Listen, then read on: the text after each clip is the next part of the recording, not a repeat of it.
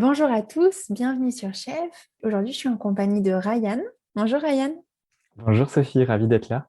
Je suis ravie de t'accueillir sur le podcast Ryan parce que déjà, on démarre la saison 2 de Chef ensemble. Donc ça, c'est super chouette. Et puis, je suis aussi ravie parce que tu vas nous raconter ton histoire qui est l'histoire d'un jeune chef. Absolument, ouais. Ça coïncide avec le lancement d'une saison et je suis vraiment ravi de pouvoir être la première histoire à raconter. Je suis sûr qu'on aura plein d'échanges passionnants. Aujourd'hui, tu travailles chez Salesforce, mais tu as déjà une belle carrière derrière toi. Et puis, tu es aussi finalement le premier, je vais dire quoi, expatrié, français expatrié en dehors de la France que je reçois sur le podcast, puisque tu travailles à Dublin. Exactement. Tu vas nous raconter tout ça. Est-ce que tu peux commencer par nous raconter un peu les étapes et puis les déclics peut-être que tu as eu pendant ta carrière? Oui, absolument. Je vais commencer par le début de mon aventure professionnelle, qui est aussi notre point de rencontre, puisque c'est chez Wavestone que j'ai fait mes armes. Ouais. Moi, j'ai un fil conducteur dans ma carrière, c'est la fonction commerciale. J'ai commencé après donc un diplôme en école de commerce sur une fonction de account executive dans ce cabinet de conseil en management, technologie, stratégie. Et dès le départ, j'ai vraiment eu une passion, un intérêt développé sur la transformation digitale. Et en fait, en progressant dans le cabinet, en franchissant les étapes, en vendant aussi des projets différents à des clients du secteur énergétique, puisque j'avais l'occasion de travailler avec des grands groupes tels que Engie, Suez, EDF. Je me suis rendu compte que l'une des conversations qui revenait le plus souvent, c'était finalement la façon dont les entreprises se préparaient à l'après, au demain, et en l'occurrence à cette transformation initiée déjà depuis quelques années, mais qui s'accélérait autour des solutions, notamment cloud. Et ça a aiguisé un peu ma curiosité. Je me suis rendu compte que je croisais souvent dans les conversations des grands noms comme Amazon, Microsoft, Google. Et puis, en parallèle de ça, je peux aussi te partager que tout au long de mon parcours à la fois d'études et de début de carrière, j'ai aussi eu un intérêt particulier pour ces beaux logos de la Silicon Valley qui ont un rayonnement particulier à la fois dans l'industrie de la technologie, mais aussi plus largement, en fait, une vraie admiration presque hein, sur la façon dont elles ont construit leurs histoires, leur ADN, leurs valeurs et puis après leur positionnement sur le marché. Donc tout ça mis ensemble, au bout de 2 ans chez Wavestone, où j'ai appris énormément de belles choses et je pourrais y revenir un peu plus tard sur les raisons qui m'ont poussé à devenir aussi ce jeune manager, je me suis euh, pris le défi de rejoindre l'un de ces acteurs, et en l'occurrence Google, parce que j'avais été vraiment fasciné par l'histoire et l'ADN de la boîte. Et donc en octobre 2017, j'ai décidé de non seulement quitter Wavestone, mais aussi tenter l'aventure d'expatriation.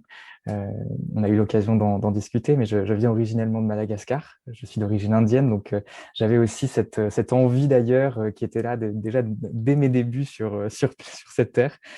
Et donc, ça s'est poursuivi dans ce parcours finalement professionnel. Et après 2 ans à la Défense, j'ai eu envie de respirer un peu et prendre l'air, d'où mon arrivée à Dublin et donc le fait d'avoir rejoint Google.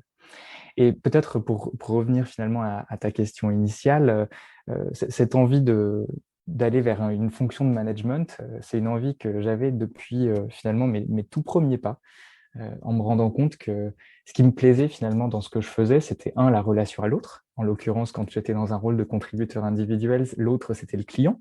Mais progressivement, quand j'ai pris un peu de légitimité dans ma fonction et qu'on m'a donné des opportunités de pouvoir coacher les jeunes recrues, de pouvoir accompagner sur des thématiques de recrutement, et ben l'autre, c'était aussi nos équipes internes et puis la façon dont on pouvait faire grandir tous ces talents. Et donc, c'est quelque chose que j'ai vraiment cultivé dès le départ et qui, en arrivant chez Google, s'est confirmé aussi. Je suis resté sur la fonction commerciale. Je suis plutôt passé cette fois côté vente de solutions et non de conseils, mais finalement, le cycle restait le même et les conversations restaient les mêmes. Mais en revanche, ce qui a continué à grandir en moi, c'est vraiment cette envie de changer de cap et de dimension, et peut-être de rentrer plutôt dans une logique d'accompagnement aussi de talents et de personnes qui avaient envie de se lancer sur cette aventure commerciale également. Et donc, au bout de 2 ans chez Google, où j'ai eu différents rôles de account exécutif, account manager, j'ai eu l'opportunité qui m'a été donnée de prendre une première fonction de manager opérationnel, pas encore RH. Et là, ça a été vraiment le coup de foudre. J'ai absolument adoré le fait de pouvoir être responsable de la performance collective d'une équipe et de jouer finalement sur les leviers derrière qu'il y a sur la motivation, la rigueur opérationnelle, tout le business acumen qui vient aussi dans la fonction commerciale et qui est nécessaire pour aller finalement signer des bons contrats. Et donc, en arrivant à la fin de ce processus, je fêtais mes 3 ans chez Google. Et je suis arrivé peut-être à un carrefour en se disant, est-ce que je voulais continuer chez Google et puis finalement prendre un career track qui m'emmenait vers, à terme, une position de manager en interne, ou peut-être accélérer un peu ce processus et devenir manager RH cette fois, manager carrière, et peut-être le faire plus rapidement que ce que j'aurais eu l'occasion de faire chez Google. Et donc, en novembre de l'année dernière, j'ai initié des échanges avec Salesforce que j'ai rejoint en février. Et je suis arrivé dans cette belle équipe business development à Dublin pour couvrir le marché français sur les secteurs services financiers et toutes les grandes entreprises du service au sens large, médias, santé, etc. Super intéressant. On va creuser cette nouvelle casquette que tu as commencé à développer chez Google, mais que tu as vraiment endossée chez Salesforce. Peut-être avant de rentrer dans ce détail-là, ça m'intéresse de connaître un peu les dessous de la culture, peut-être des pratiques de management de ces grands acteurs du digital à l'international qui Mm. font, je pense, briller les yeux de tout le monde et puis qui sont peut-être un peu enfin, dans la culture est peut-être un peu opaque ou en tout cas, enfin, même s'ils communiquent, mais ça fait quoi de vivre ça de l'intérieur? Ouais, c'est vrai que avant de rejoindre Google et puis même Salesforce, j'en avais une image de ce que finalement les gens en général ont à travers les médias, à travers presque l'imaginaire collectif, c'est-à-dire des mastodontes de la technologie et en même temps des entreprises qui ont investi énormément dans leur culture, dans leurs valeurs et puis dans la façon dont ces deux notions impactent et nourrissent en fait les pratiques managériales. Et je dois dire que j'ai été vraiment bluffé de la façon dont ces valeurs étaient vécues au quotidien. Et c'est vraiment le premier point que je mettrai en avant, c'est dans les pratiques managériales, en fait, que ce soit dans mon ancienne expérience chez Google ou aujourd'hui chez Salesforce, il y a cette notion de bienveillance que j'ai trouvée sur une dimension tout autre que celle auquel j'ai pu être confronté jusqu'à présent dans peut-être notre culture d'entreprise en France et bienveillance à différents égards. C'est-à-dire qu'il y a une bienveillance organisationnelle, même si ce sont des entreprises très stratifiées, très hiérarchiques, les titres n'ont pas beaucoup de valeur et en fait, c'est plutôt ton côté entrepreneurial, ta créativité, ton innovation qui va faire que tu seras écouté et que tu auras une place à la table. Mais bienveillance aussi dans l'accompagnement avec une vraie responsabilisation du collaborateur autour de la notion de confiance. En fait, c'est on ne va pas être derrière ton dos pour regarder tes horaires, pour savoir d'où tu travailles. L'une des choses qui m'a le plus marqué, moi, chez Google, c'est la flexibilité qu'on avait pour travailler finalement de n'importe où géographiquement et de pouvoir, si on voulait faire un long week-end à Berlin ou Paris ou Madrid, bénéficier des locaux que Google avait sur place, comme n'importe quel autre collaborateur sur contrat local, mais finalement en tant que visiteur venu de Dublin. Donc voilà, et je dirais que l'autre élément qui m'a peut-être vraiment marqué, c'est une notion aussi de... Je te parlais des valeurs. C'est la première fois que j'ai rejoint à la fois chez Google et chez Salesforce une entreprise où il y a une incarnation des valeurs au quotidien. Et je pense que c'est ce qui fait aussi que ces entreprises ont réussi à se démarquer quelque part et à faire un peu briller les yeux, comme tu disais, c'est que à tous les niveaux de l'organisation, on essaye d'incarner, et bien évidemment, la photo n'est pas toute blanche ou toute noire, mais on essaye d'incarner ces valeurs dans nos pratiques commerciales, dans les pratiques de collaboration avec ses collègues, et puis dans les accompagnements managériaux aussi, où finalement, quand on était chez Google, c'était la notion de respect qui était au centre. Respect de l'opportunité, respect du client et puis respect de l'autre. Et dans le respect de l'autre, il y a forcément respect du manager vis-à-vis de son collaborateur et vice-versa. Et je l'ai toujours ressenti. Moi, j'ai eu l'occasion de travailler avec 3 différents managers chez Google, chacun avec sa personnalité, avec ses forces, avec son identité, mais néanmoins avec ce fil conducteur qui était vraiment de mettre cette bienveillance, ce respect dans leur accompagnement. Et c'est un peu ce qui m'a inspiré finalement quand il s'est agi, moi, de faire le choix de pouvoir aussi passer dans ce rôle de manager, de me dire que j'avais envie de contribuer aussi à incarner ces valeurs. Et aujourd'hui, j'espère pouvoir le faire en tout cas avec une vigueur et une énergie au quotidien chez Salesforce. Justement, alors comment ça se passe, ta prise de poste? Ça se passe bien. Alors, je vais te parler de mon équipe peut-être pour commencer. Je gère donc une équipe de 12 personnes. Euh, Ce sont des business développeurs, des business development representatives, pour reprendre le titre exact. Et en gros, ce qu'ils font au quotidien, c'est qu'ils travaillent avec les plus grands groupes du CAC 40 en France à identifier des prospects, des clients qui seraient intéressés d'échanger avec Salesforce pour mettre en place potentiellement nos solutions CRM et autres. Et ils travaillent en étroite collaboration avec l'organisation commerciale de Paris, qui eux là sont finalement les responsables de compte qui vont prendre la suite du cycle de vente et du cycle commercial jusqu'à la négociation, la signature des contrats, les renouvellements, etc. Euh, D'un point de vue profil, j'ai la chance d'avoir bénéficié d'une équipe qui était déjà en place et qui avait déjà un attachement particulier à la diversité dans tous ses sens.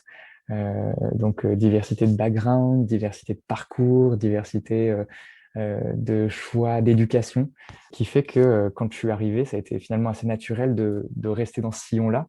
J'ai eu la chance d'avoir une directrice qui avait vraiment à cœur de marquer un terrain particulièrement fertile, fait d'encourager la venue de talents issus d'horizons multiples.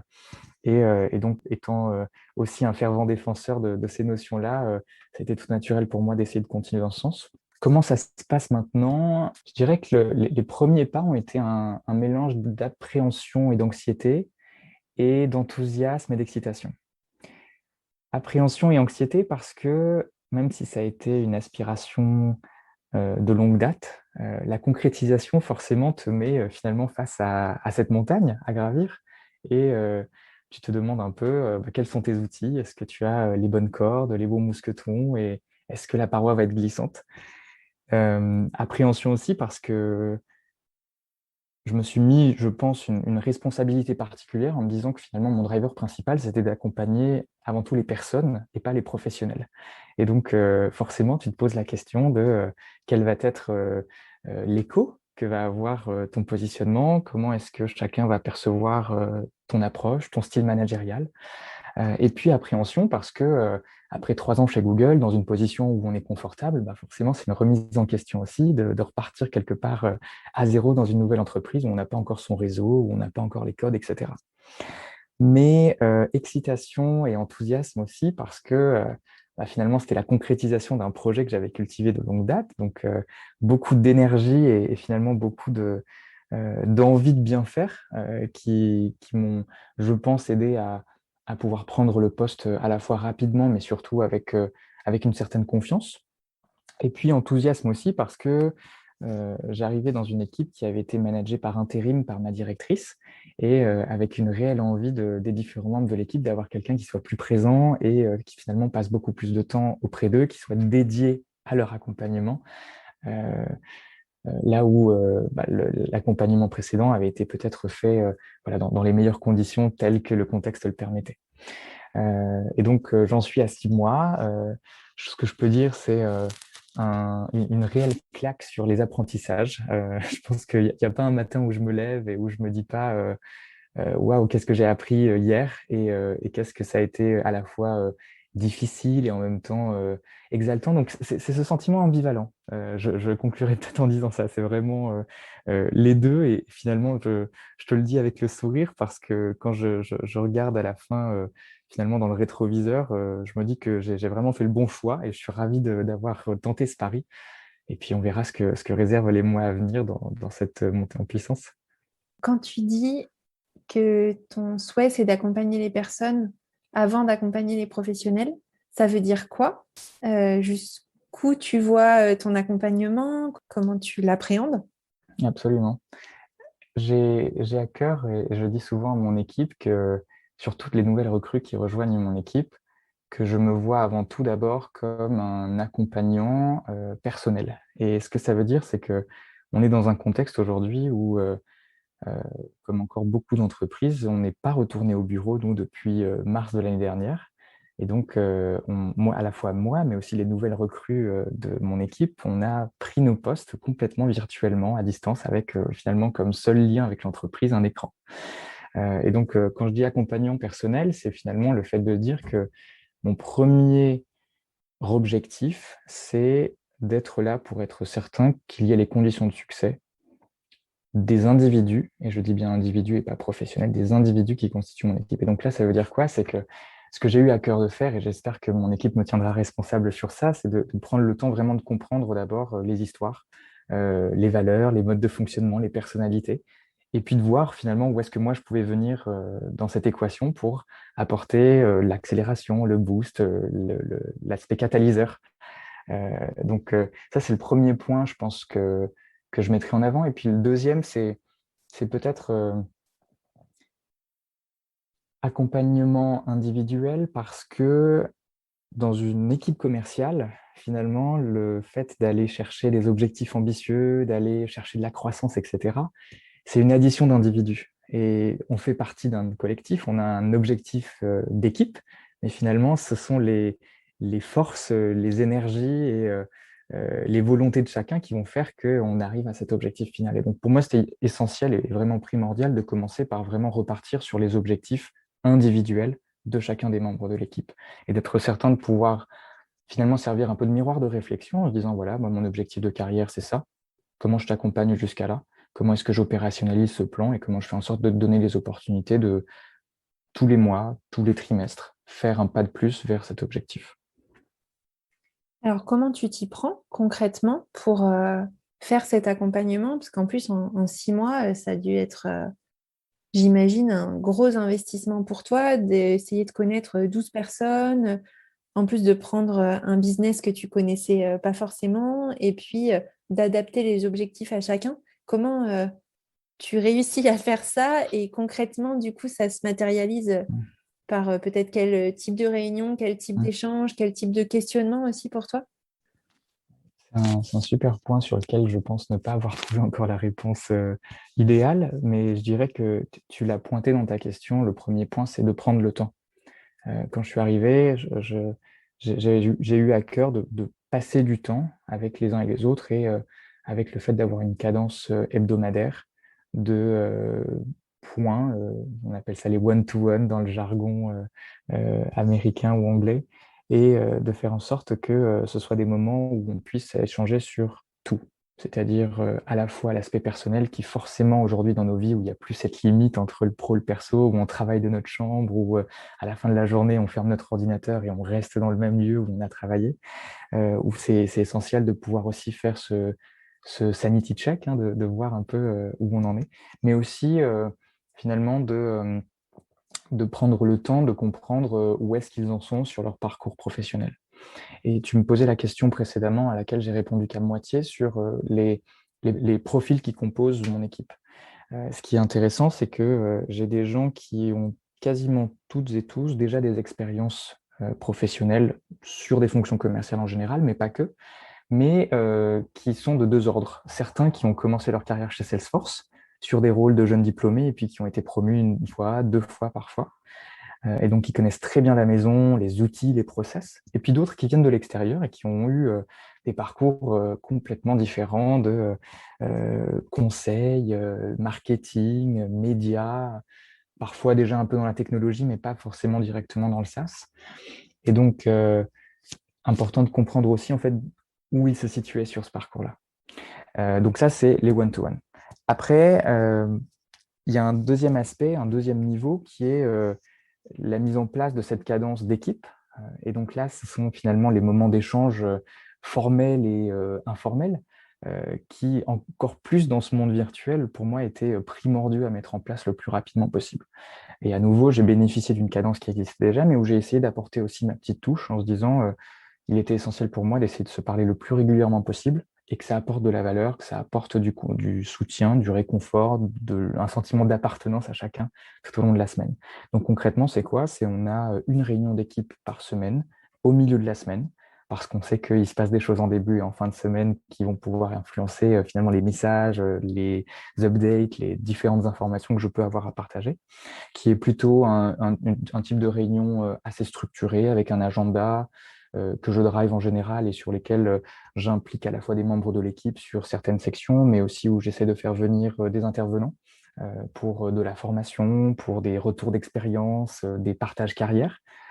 Et ensuite, le lundi et le vendredi matin, des moments qu'on appelle nos huddles d'équipe, qui sont des moments plus informels, où là, on va donner chaque semaine la responsabilité à quelqu'un dans l'équipe de l'animer, avec des moments un peu plus amusants, un peu plus fun, de jeux, de formation un peu ludique, etc. Et puis des petits moments plus informels de partage de bonnes pratiques, d'échanges, de résolution de challenges opérationnels, etc.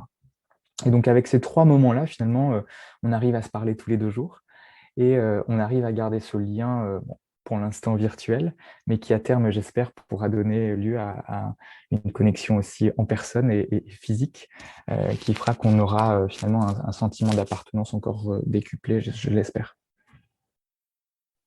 Ok, et comment eux, ils ont vécu ton arrivée? Comment ça s'est passé? Est-ce que tout a roulé et les relations se sont faites assez naturellement ou est-ce que tu as rencontré quelques difficultés ou quelques freins? Alors, j'ai à nouveau eu beaucoup de chance d'avoir une directrice qui m'a permis de rencontrer mon équipe avant d'arriver, lors d'une petite réunion de présentation informelle. Donc, j'ai pu le faire 2, 3 semaines avant d'arriver. Et ça a été un chouette moment voilà, de tour de table, d'introduction, pour avoir au moins une première impression et une première interaction. Et ensuite, en arrivant, je dirais que ça n'a pas forcément été évident dès le départ. Tout le monde a été plutôt bienveillant et accueillant, mais tu te rends rapidement compte aussi que chacun essaye de te démontrer que c'est pas l'arrivée d'un nouveau manager qui va changer la façon dont les choses sont faites et dont chacune ou chacun fonctionne. Et donc, ça a été très intéressant à regarder parce que finalement, sur 12 personnes, tu as vraiment une diversité d'approches avec certains qui sont vraiment dans une demande d'accompagnement, qui vont arriver avec des choses très concrètes qu'ils attendent de leur nouveau manager. Et puis d'autres qui sont plutôt dans une position peut-être d'observateur, peut-être même de challenge en se disant, bon, OK, on voit arriver ce nouveau manager. Qu'est-ce qu'il va faire? Qu'est-ce qu'il va changer? Qu'est-ce qu'il va nous imposer? Qu'est-ce qu'il va nous apporter? Et là, je reviendrai à ta question précédente, c'est le fait d'avoir pris le temps de connaître aussi chacun qui m'a permis, in fine, et je l'espère, d'avoir gagné aussi la confiance de mes équipes. Et l'un des exemples que j'ai partagé récemment à des amis qui me demandaient comment ça se passait, c'est que le contenu des one-to-one a évolué aussi au fil du temps. Certains se sont sentis plus à l'aise de partager sur des choses qui étaient peut-être pas forcément formulées ou verbalisées de la même façon au départ il y a 6 mois. Et ça, c'est pour moi une petite victoire parce que ça montre aussi le cheminement finalement dans le fait de consacrer ce temps, d'ouvrir aussi son oreille et d'offrir une écoute et d'être plutôt dans une logique d'adaptation au style de chacun plutôt que de venir avec finalement une approche assez monolithique ou assez statique et de ne pas réussir derrière à gagner cette confiance ou à briser cette glace. Même si c'est un poste qui est assez nouveau pour toi, tu as déjà pas mal réfléchi en fait à quel manager tu avais envie d'être, quels étaient tes rapports aux autres, comment tu avais envie de construire et de connaître puis de construire ton équipe. Ouais. Euh, Comment est-ce que tu as construit cette vision-là? Donc, tu nous as expliqué un peu tes expériences, mais est-ce qu'il y a eu des moments où tu t'es dit dans ta carrière, vraiment ça, quand je serai manager, j'aurai à cœur de le faire, ou peut-être des expériences personnelles aussi? Mm. Euh, Ça m'intéresse. Absolument. Je dirais que c'est un mélange de trois choses.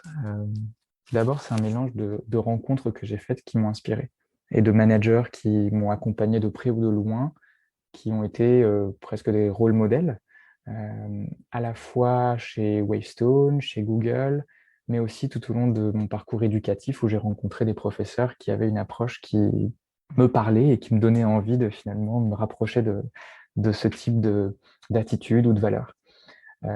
J'ai notamment en souvenir une manager que j'ai eue chez Google qui a été la première qui m'a recruté et qui m'a accompagné à 2 reprises parce qu'on a eu l'arrivée d'un manager entre les deux, mais j'ai pu retravailler avec elle un moment. Et elle a vraiment été déterminante dans la façon dont je percevais finalement la valeur ajoutée d'un manager. C'est-à-dire que j'attendais pas des réponses toutes faites à mes problèmes ou une capacité à me promouvoir directement sur le poste que je souhaitais.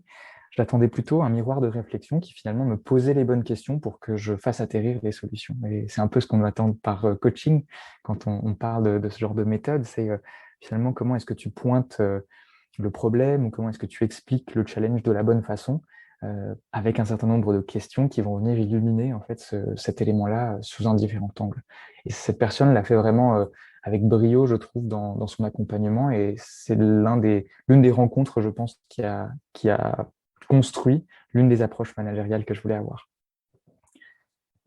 J'ai aussi en souvenir des personnes plus haut placées, donc avec lesquelles j'ai pas forcément directement travaillé, mais surtout sur ces notions de bienveillance, de diversité, d'inclusion qui sont vraiment chères à mon cœur.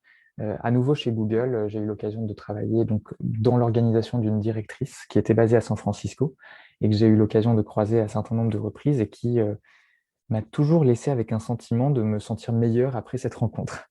Parce qu'elle avait ce sens de l'écoute, parce qu'elle avait cette capacité à réellement être présente dans le moment et de faire en sorte que dans l'échange, le curseur soit mis sur l'interlocuteur qui s'adressait à elle et non pas sur elle. Je pense que pour toi qui as passé aussi de nombreuses années dans les sphères du management, du leadership, etc., tu sais qu'il y a toute une diversité d'aspirations et de raisons pour lesquelles les uns et les autres se tournent vers des fonctions managériales. Et l'une des raisons que j'ai observées qui, pour le coup, ne m'a pas inspiré, c'était plutôt une raison peut-être un peu plus égoïste qui est de continuer à croître de façon assez ambitieuse, mais sans forcément l'aspect people, l'aspect personnel. Et en l'occurrence, cette personne était aux antipodes de ce constat et ça a été structurant. Donc, première chose, c'était vraiment les rencontres. La deuxième chose, je dirais, c'est je suis un avide lecteur de livres de développement personnel, de bouquins qui, notamment d'auteurs américains qui, tu sais, ont fait des études, des interviews, qui ont passé beaucoup de temps à finalement regarder ce que faisait un bon manager, ce que faisait un bon leader et quels en étaient à la fois les traits de caractère, les façons de l'incarner et puis euh, les façons de le faire progresser. Et c'est des lectures qui ont, je pense, nourri aussi mon imaginaire quelque part et qui ont contribué à faire ou en tout cas à faire atterrir la vision managériale que j'avais ou que je souhaitais vivre au quotidien. Je parlerai d'un bouquin qui est peut-être pas directement lié au développement personnel, mais tu as sans doute entendu parler du livre de Michelle Obama, Becoming. C'était un livre que j'ai lu juste avant de rejoindre l'aventure Salesforce, qui m'a beaucoup inspiré en fait à nouveau sur une thématique leadership, mais au sens large, pas directement chef, bien qu'elle ait eu des responsabilités managériales assez élevées durant son parcours avant de devenir la femme de Barack Obama, mais finalement dans l'aura et dans la façon dont elle se positionnait aussi sur des thématiques qui lui étaient chères. Et puis je terminerai peut-être par un dernier point qui m'a inspiré, ou en tout cas qui a été un catalyseur du manager que je souhaite être, c'est peut-être plus mon éducation et mes valeurs. Et en particulier chez Salesforce, j'ai trouvé une entreprise en fait qui me donnait vraiment l'espace pour les exprimer et les incarner avec finalement beaucoup de fierté. Et ça, c'était vraiment chouette pour moi parce que je viens d'une famille où on a toujours exprimé assez clairement en fait les valeurs, euh, les boussoles un peu qui guidaient notre façon d'interagir les uns avec les autres, et notamment une maman qui a été particulièrement inspirante dans ce voyage. Et je pense que indirectement, ça a aussi contribué à la personne que je suis professionnellement aujourd'hui, et notamment le manager que je veux être. Quand on s'est parlé pour préparer cet épisode, tu m'as beaucoup parlé de diversité et d'inclusion et t'en as aussi un petit peu parlé en répondant à quelques questions. Ça m'intéresse que tu nous en dises un peu plus sur cette dimension que tu m'as dit vouloir injecter dans ton management et puis dans ton recrutement, j'imagine, dans la manière dont tu rayonnes au sein de ton entreprise. Tu peux nous parler un peu de cette thématique? Volontiers. Alors, c'est intéressant parce que quand on aborde ce sujet avec des personnes qui savent le rôle que tu as, ils vont souvent l'aborder sous le prisme du recrutement, en se disant finalement diversité, inclusion, ça commence par les talents que tu recrutes et le fait d'étendre le périmètre de tes recherches à différents profils, différents backgrounds, différents diplômes, etc. C'est vrai, c'est quelque chose que j'essaye de faire avec les tensions ou les contraintes aussi qui sont imposées par un business où il y a toujours ce paradoxe entre le fait de prendre le temps de trouver le bon candidat et réussir à avoir rapidement quelqu'un qui soit opérationnel sur un rôle. Donc, c'est un engagement que j'essaie de prendre au quotidien. Mais là où je vois mon rôle sur ces sujets de diversité et d'inclusion, c'est peut-être plus sur le I, c'est l'inclusion en tant que telle et le fait de créer un environnement où chacune et chacun se sent être la personne qu'elle est, en fait, tout simplement, et de se savoir accepter, accueilli, valorisé dans son entièreté. Et je pense que le rôle du manager là-dedans, c'est vraiment un rôle de sensibilisation et de verbalisation. Je pense que c'est là aussi où je vois peut-être les différences. Tu me parlais de mon expérience d'expatriation, les différences que j'ai pu observer entre mes expériences en France, à la fois dans le conseil et puis précédemment dans les stages que j'ai pu faire dans le luxe, dans la beauté, etc. C'est que dans la culture anglo-saxonne, en fait, on a peut-être une facilité à exprimer des choses qui sont peut-être de l'ordre de la sphère personnelle plus facilement, en tout cas dans les boîtes que j'ai fréquentées, Google et Salesforce. Et cette notion de sensibilisation vient plus naturellement parce que tu parles de toi, tu parles de ton histoire, tu parles des histoires des autres. Et donc, finalement, ce sont ces histoires qui se font écho et qui filent un peu cette métaphore d'un environnement inclusif. Donc, c'est vraiment là où moi je vois mon rôle, c'est de, de clamer haut et fort que c'est cette diversité de parcours, cette richesse d'identité qui fait le succès d'une équipe aussi. Et quand j'étais chez Google, il y avait beaucoup d'études, d'analyses qui étaient faites sur l'impact de la diversité et de l'inclusion sur la performance d'une entreprise. J'ai plus les données en tête, mais l'un des points qui m'a marqué, c'est que finalement, la raison pour laquelle les entreprises aujourd'hui parlent de diversité et d'inclusion, c'est qu'à la fin, ça a un impact sur le chiffre d'affaires, si on simplifie, hein, mais sur la performance.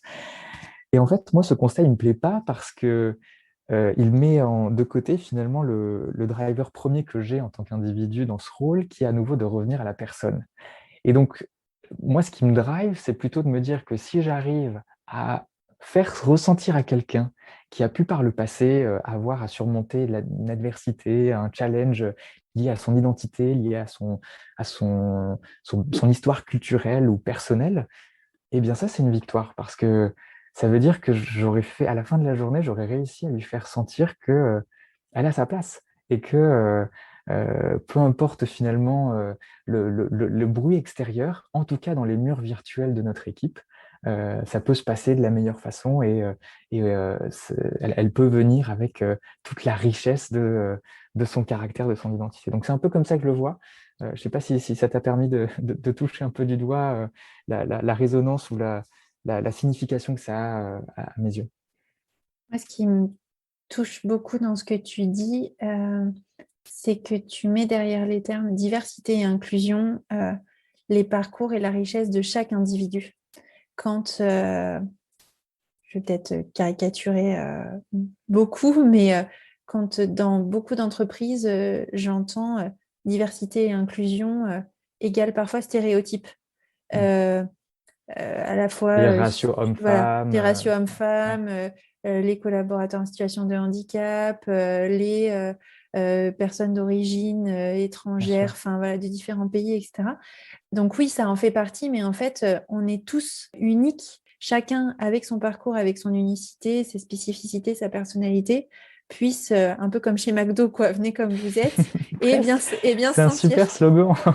Non, je suis complètement d'accord avec toi. Et en fait, c'est là où je ne suis pas d'accord avec l'approche de cloisonner l'entreprise ou de dissocier l'entreprise et la sphère personnelle. Parce que finalement, on passe tellement de temps en fait à être devant nos écrans, que ce soit aujourd'hui en pandémie ou demain peut-être au bureau dans notre contexte professionnel, que ça n'aurait absolument aucun sens d'avoir finalement ces deux identités ou ces deux approches où on est une personne dans un endroit et une personne dans l'autre. Et en fait, je me dis qu'en tant que manager, on a cette responsabilité aussi de faire sentir à nos équipes que, en fait, on est une seule et même personne, et cette personne, elle est composée d'une diversité de différents éléments, de différentes histoires, etc. Et enfin, pour revenir sur ce que tu dis, moi, c'était aussi quelque chose qui m'a profondément touché et bouleversé quand je suis arrivé chez Google, parce que c'est la première fois que j'étais entouré d'un certain nombre de leaders qui avaient cette conviction-là. Et je voudrais te partager un moment qui a été vraiment, oui, bouleversant, c'est le mot, dans ce parcours et dans l'attachement aussi que j'ai mis sur ces sujets. C'est la directrice dont je t'ai parlé précédemment, qui était basée à San Francisco, a fait une prise de parole dans l'une des réunions où on avait toute l'organisation commerciale qui était présente et a partagé son histoire personnelle de femme qui est mariée à une femme et qui a décidé de fonder une famille. Et la sincérité et la vulnérabilité avec laquelle elle a partagé ça, pour moi, ça a été vraiment une vraie claque et puis surtout une grosse leçon d'humilité parce que c'est la conviction déjà personnelle et intime que j'avais. Et en fait, on m'a démontré que c'était possible de l'incarner aussi avec une simplicité et une énergie toute simple en fait. Et donc, c'est aussi l'une des raisons pour laquelle en fait, j'ai rejoint ces entreprises de la Silicon Valley qui, à nouveau, hein, qu'on entende mon message, ne sont pas toutes blanches ou toutes noires, mais qui ont eu le mérite, je trouve, d'avoir réussi à créer un terreau qui permette à chacun de s'exprimer et de venir en fait avec cette pleine identité. Et ça, je trouve que c'est plutôt fort. Et du coup, concrètement, si quelqu'un nous écoute, là, un autre manager qui dit, bah ouais, c'est super, moi aussi j'ai envie de faire ça, mais je fais comment pour faire en sorte que chacun se sente bien à sa place, accepté pour qui il est pleinement. En plus, on a, je pense, tous des biais. On est aussi dans Mm, des entreprises dans lesquelles on est évalué, on est bien sûr. augmenté, on est promu, etc. Comment tu as observé, puis toi, peut-être, tu penses pouvoir mettre ça en place dans ton équipe? Je pense qu'il n'y a pas de recette miracle, ça revient au fait d'accepter qu'on est dans un processus itératif et qu'on est en apprentissage constant. Et je pense que la première étape dans cet apprentissage, c'est d'ouvrir le dialogue. En fait, si on donne l'opportunité aux personnes qui nous entourent, et ça peut être notre équipe, mais ça peut être aussi des collègues, ça peut être aussi nos propres managers, euh, si on crée cet espace d'échange en disant c'est un sujet qui est important pour moi, est-ce qu'on peut en parler?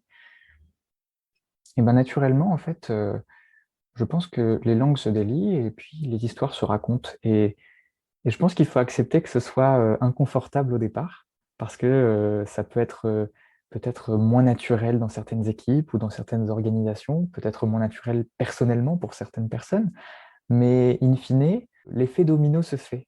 Et je pense que il faut persévérer dans cet inconfort, et puis jour après jour, semaine après semaine, on arrive finalement à créer ce sentiment de confiance, et si je reprends l'exemple de mon équipe, à faire en sorte que les histoires se racontent. Je voudrais te partager un exemple qui illustre ce que je dis, c'est que dans nos réunions d'équipe tous les mercredis, on essaye de commencer 2, 3 fois par mois par un moment qu'on appelle le sharing is caring, un moment de partage. Et j'essaie de chercher des thématiques de partage qui ne sont pas que liées au business. Et une fois sur deux, on utilise des thèmes de partage qui vont être beaucoup plus personnels, de l'ordre de la santé mentale, de l'ordre de la diversité et de l'inclusion, de l'ordre de tout un tas de choses. Là, sur le mois de juin, j'imagine que tu l'as suivi, c'était le mois des fiertés. Et quand on entend mois des fiertés, souvent on entend euh, la Pride, on entend LGBT, etc. Ce qui est vrai. Mais comme tu l'as dit tout à l'heure, dans la conception que j'ai de la diversité et de l'inclusion, c'est toute la richesse des identités que je souhaite finalement accueillir ou en tout cas essayer de mettre en avant. Et donc, on a fait un échange sur le thème suivant. Qu'est-ce qui, dans le dernier mois ou récemment, vous a rendu le plus fier de vous? Et je peux te dire que c'était 15-20 minutes où on entendait les mouches voler quand les personnes partageaient parce que c'est quelque chose qu'on ne fait pas souvent, surtout dans notre culture française, qui n'est pas toujours à l'aise avec le fait de mettre en avant des succès personnels, le fait de pouvoir être fier de quelque chose qu'on a accompli, euh, mais aussi parce que on a appris énormément les uns des autres. Et en fait, à plusieurs reprises, plusieurs personnes de mon équipe ont, avant de partager leur histoire ou leur fierté, On dit merci d'avoir créé ce thème et merci à ceux qui ont partagé jusqu'à présent d'avoir été vulnérables parce que c'est génial, en fait, la confiance dans laquelle ça nous met de nous sentir encore plus légitimes tel qu'on est et tel qu'on se définit. Je reformule un peu ce que j'ai compris de ta manière d'amener cette diversité, cette inclusion, puis enfin, l'acceptation en fait de chacun. C'est déjà, tu crées des moments d'écoute et de partage individuels, collectifs, et puis de ce qui sort peut-être de ces moments d'écoute, tu essayes d'en tenir compte quand c'est possible. Quand quelqu'un va te dire, bah voilà, moi déjà je suis comme ça, donc tu l'as entendu, écouté. Et puis s'il a envie de te dire, bah, s'il te dit j'ai envie de plutôt d'aller dans cette direction, plutôt de mener tel projet, plutôt de développer telle compétence, ton rôle, ça va être d'essayer de faire en sorte que ça soit possible en fonction des marges de manœuvre que tu as. Oui, je dirais que c'est exactement ça. Et justement, ça m'intéresse de savoir quelles sont les marges de manœuvre que tu as aujourd'hui en tant que responsable d'équipe. On parlait de rôle de carrière RH. Concrètement, toi, tu as un impact sur ton équipe, sur quel sujet? Enfin, j'imagine que c'est aussi très lié à la politique RH Bien de sûr. Salesforce. Alors, je dirais que c'est un sujet complexe parce que je pense qu'il y a du bon et il y a du plus frustrant. Et j'essaie vraiment de parler sans langue de bois. Je pense que ce qu'il y a de bon, c'est qu'on est dans une entreprise qui nous donne les process, les temps dans l'année qui structurent finalement une capacité pour le manager d'accompagner le développement d'un collaborateur. Concrètement, en fait, 4 fois dans l'année, on a des revues de talent qui ont pour objectif d'identifier les personnes qu'on souhaite promouvoir et accompagner dans leurs objectifs.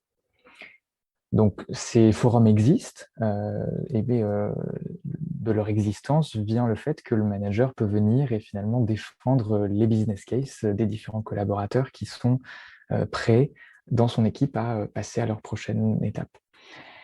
Je dirais qu'il y a du bon aussi parce que dans la marge de manœuvre, et là ça dépend peut-être plus des approches de chacun, en tout cas moi j'essaie de me positionner comme un catalyseur, c'est-à-dire que ce n'est pas moi qui vais faire à la place d'eux, il s'agit des carrières de chacun. Et donc la façon dont je vois mon rôle dans ce développement et dans cet accompagnement de carrière, c'est plus à nouveau de poser les bonnes questions, et puis quand ça fait sens, de mettre en face les bonnes ressources. Et si je suis honnête avec moi-même, dans 80% des cas, cette ressource, ça ne va pas être moi. Parce que je ne suis pas l'expert qui va réussir à expliquer le prochain rôle, par exemple, de la même façon qu'une personne qui le fait. Ou parce que la ressource, ça va être quelqu'un qui souhaite développer une compétence technique que je n'ai pas ou que je ne maîtrise pas. Et donc, c'est là où c'est intéressant en tant que manager parce que ça nécessite en fait une compréhension de l'écosystème, là en l'occurrence l'écosystème Salesforce, qui te permet d'avoir vraiment une vue un peu 360 de tout ce qui est disponible, des leviers qui sont à ta disposition, et ensuite d'en faire finalement une recette, un mélange d'ingrédients qui va marcher pour le collaborateur ou la collaboratrice qui t'exprime un besoin, un souhait, un objectif. Je dirais que ce qu'il y a de plus frustrant, et c'est pas propre à mon entreprise, c'est propre, je pense, au fait d'être dans des grandes structures, c'est que avec ces moments d'échange, avec ces temps, ces milestones, vient aussi une certaine rigidité. Et quand on a finalement des personnes qui expriment un certain nombre de souhaits, bah, il va falloir voir comment est-ce que ça s'aligne aussi avec les besoins du business. Et c'est complètement naturel, c'est comme ça qu'on fonctionne dans toutes les entreprises. Mais en tant que manager, finalement, c'est là où il faut savoir trouver cet équilibre pour continuer à donner l'envie et la motivation à ses équipes, tout en mettant en perspective les besoins de l'entreprise et finalement les rôles, les postes qui vont s'ouvrir dans les prochains mois.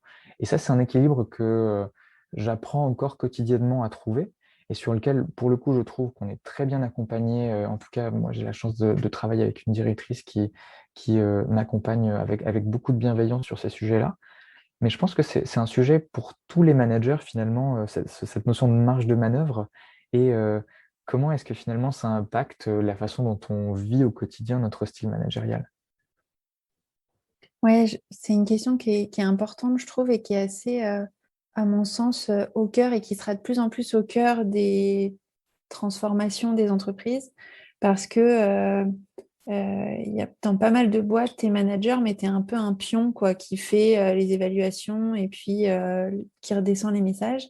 Mais Mm, finalement, si tu as vraiment envie d'être dans une posture de manager coach, mm, d'accompagnateur, bah, il te faut quand même des marges de manœuvre sur parfois accepter un temps de travail particulier, débloquer de l'argent pour offrir une formation, mm. euh, modifier le staffing de quelqu'un ou en tout cas les priorités de quelqu'un si ça permet de le développer, de le fidéliser et ça va dans le sens de ce qu'il a envie. Bien sûr, c'est sûr que si tu vends des outils digitaux et puis qui te demandent de passer son CAP pâtisserie sur, sur son temps de travail, je comprends que tu expliques que c'est pas tout à fait dans le cœur du business, mais parfois les managers, ils sont obligés de remonter à deux, Mm. trois, quatre échelons au-dessus pour pouvoir payer une formation en anglais et du coup, Ouais. ça limite vachement les, les Alors possibilités ça, ouais, d'accompagnement. sur ce sujet, pour le coup, non, je pense avoir vraiment des marges de manœuvre réelles sur finalement les ressources qui sont à ma disposition, à la fois sur ce volet formation, apprentissage continu, à la fois sur des sujets qui sont directement liés au rôle actuel, et quand on identifie des gaps, de pouvoir rapidement les combler, mais aussi sur des sujets futurs, c'est-à-dire de la préparation d'un rôle à échéance de, je sais pas, 6 mois, un an pour une promotion, etc. Et comment est-ce qu'on peut déjà identifier des cours, des formations internes ou externes sur lesquelles on va pouvoir débloquer un budget. Donc ça, c'est plutôt une chose qui fonctionne bien. Euh, et je pense que c'est aussi l'une des forces de ces structures qui sont finalement des gros mastodontes, hein, parce que, il y a aussi tout un accompagnement du manager qui est fourni par les équipes ressources humaines, par les équipes training, enablement, et on n'est pas laissé finalement seul face aux collaborateurs ou à la collaboratrice sur le fait de trouver la bonne réponse. Et je pense que c'est appréciable parce qu'à nouveau, c'est peut-être pas le cœur de notre expertise. C'est finalement l'un des volets de notre accompagnement, mais c'est pas forcément là où on va savoir aller creuser en tout cas dans la bonne direction. Et l'accompagnement, les ressources sont là. Et c'est une question que j'avais aussi pour toi qui est comment tu es accompagné dans ta prise de poste? Donc, tu disais que tu as, une directrice, donc tu Mm. as, ta manager et puis tu as des ressources internes. Est-ce que il y a des parcours peut-être de formation ou est-ce que tu as des points réguliers avec quelqu'un qui te fait toi-même miroir de réflexion? Comment ça se passe? Ouais, alors ça, pour le coup, c'est quelque chose qui m'a vraiment impressionné en arrivant chez Salesforce et peut-être encore plus que chez Google. Il y a un vrai plan de formation et d'onboarding sur les premières semaines et les premiers mois qui est super bien ficelé. En particulier pour les managers qui sont sur leur premier rôle de management, à la fois avec une prise en main finalement de l'écosystème Salesforce, à savoir outils, processus, ressources, etc., mais aussi sur les volets du management, à savoir gestion de la performance, coaching, gestion de ton business aussi, parce que j'ai peu parlé de mon business aujourd'hui, mais ça reste aussi quelque chose sur lequel je suis évalué. Et donc, de savoir comment lire et appréhender et piloter tes indicateurs commerciaux, etc. Et ça se fait tout au long de ton parcours. Il y a un espèce de moment d'accélération sur les 3 premiers mois parce que c'est là où on veut faire en sorte que tu aies rapidement les outils. Mais là, par exemple, j'arrive à mes 6 mois et déjà sur septembre-octobre, on me propose un nouveau moment sur quelques jours où je vais être avec d'autres managers qui ont à peu près ma seniorité pour faire un peu un pulse check, mais aussi ensuite approfondir certaines thématiques. Donc sur ça, il y a vraiment un gros investissement qui est fait et la qualité aussi de ce qui est délivré vraiment assez impressionnant, avec un accent aussi qui est mis beaucoup sur le partage en fait de personnes qui sont passées par là. Je me souviens d'une des formations que j'ai eues sur les premières semaines où sur 4 jours, on a eu quasiment la moitié des sessions qui étaient dédiées à des moments d'échange, de questions-réponses, de retours d'expérience, soit de managers qui avaient 1 an, 2 ans de seniorité, donc finalement assez proches de nous, soit de leaders qui avaient 20 ans, 30 ans de bouteille derrière eux et qui finalement avaient l'habitude d'accompagner des nouveaux managers dans leurs équipes. Et ça a été assez riche. Après, il y a le deuxième niveau d'accompagnement qui est là, effectivement, se fait plutôt avec ma chef à moi qui est là sur un niveau d'accompagnement plus régulier, un peu comme ce que j'ai avec mes équipes. J'ai une cadence hebdomadaire avec elle et j'ai la chance d'être avec quelqu'un qui connaît très bien la boîte puisque ça fait 14 ans qu'elle est dans l'organisation. Donc, je suis extrêmement chanceux sur ce point de vue-là parce qu'elle connaît chaque recoin de l'organisation, chaque processus caché, chaque partie prenante ou stakeholder.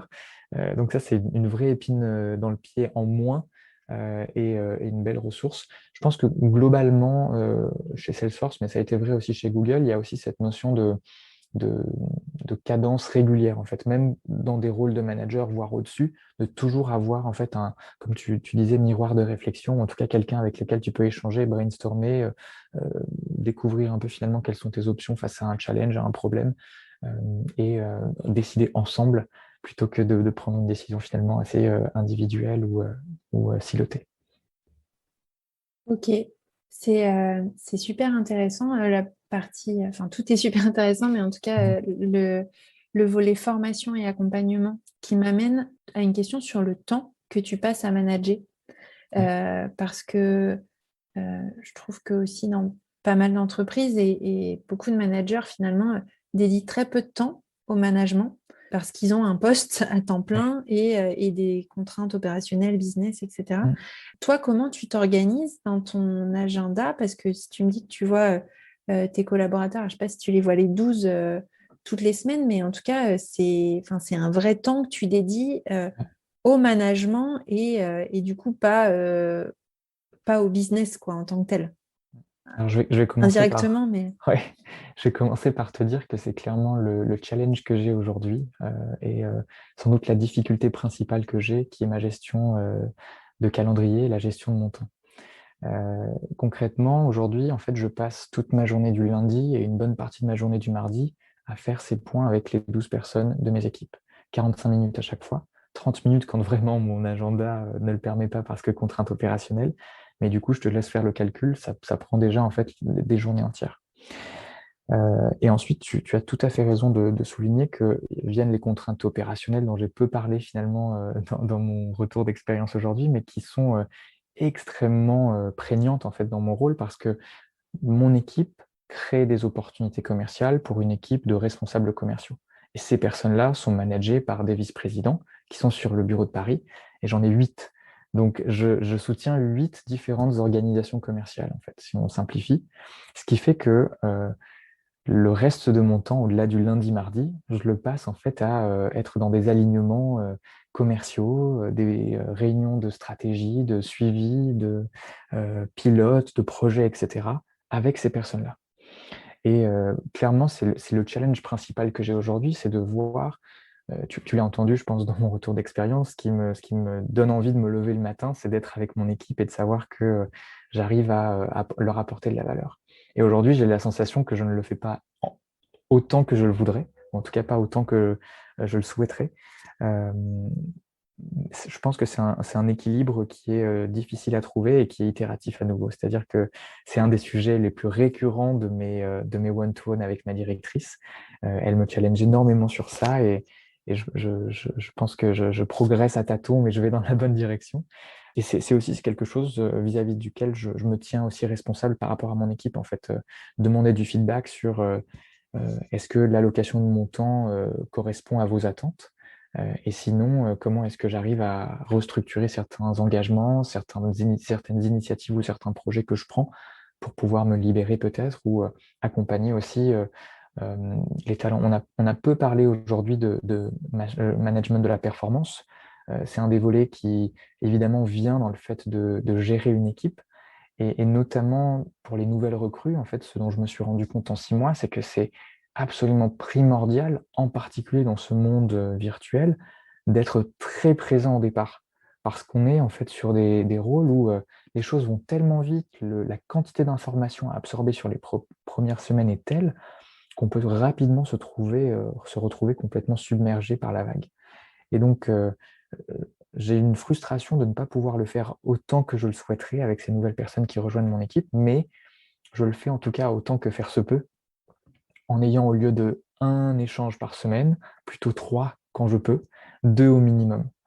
Et ça aide un peu. Je ne suis pas encore à ce niveau idéal que je souhaiterais, mais comme je te disais, je pense que c'est un apprentissage au quotidien et l'essentiel, c'est d'en être conscient et finalement de ne pas accepter la situation telle qu'elle, mais d'une semaine à l'autre, constamment dans ce challenge de où sont tes priorités, comment est-ce que tu alloues ton temps vis-à-vis de ces priorités, et derrière, quel est le retour quelque part sur l'investissement que tu fais de cette ressource précieuse. C'est clair. Et en tout cas, moi, dans mon expérience, la gestion du temps a toujours été une question que j'ai adaptée en permanence. C'est-à-dire qu'il y a Ouais. des moments où tu as mis en place une organisation, puis 3 semaines plus tard ou 2 mois plus tard, ça change. Et en fait, il faut être très agile et s'adapter aux contraintes et effectivement faire au mieux. Et je trouve que c'est plutôt rassurant qu'au bout de 6 mois, en tout cas, moi, ça me rassure qu'au bout de 6 mois, tu n'aies pas encore trouvé les clés parce que je me dis que Je ne sais pas si j'aurais trouvé au bout d'un an, 2 ans, mais en tout cas, je pense qu'effectivement, c'est un sujet à avoir en tête, en tout cas. C'est qu'on soit jeune manager ou directeur confirmé ou même au plus haut de l'organisation, surtout dans ces entreprises où les choses vont vite, où il y a de fortes ambitions de croissance, ça reste un sujet constamment. Et en fait, je pense que c'est le nerf de la guerre de savoir accepter que on ne sera jamais dans une position où ce sera confortable, mais mm, où on est toujours dans une remise en cause ou en question suffisante pour pouvoir faire ces ajustements en fait un peu on the go et savoir allouer son temps et son énergie là où on sent qu'on a un impact et qu'on aide moi mon équipe parce que c'est mon driver principal. D'autres te diront leur business parce que c'est la chose qui les drive en premier. ouais.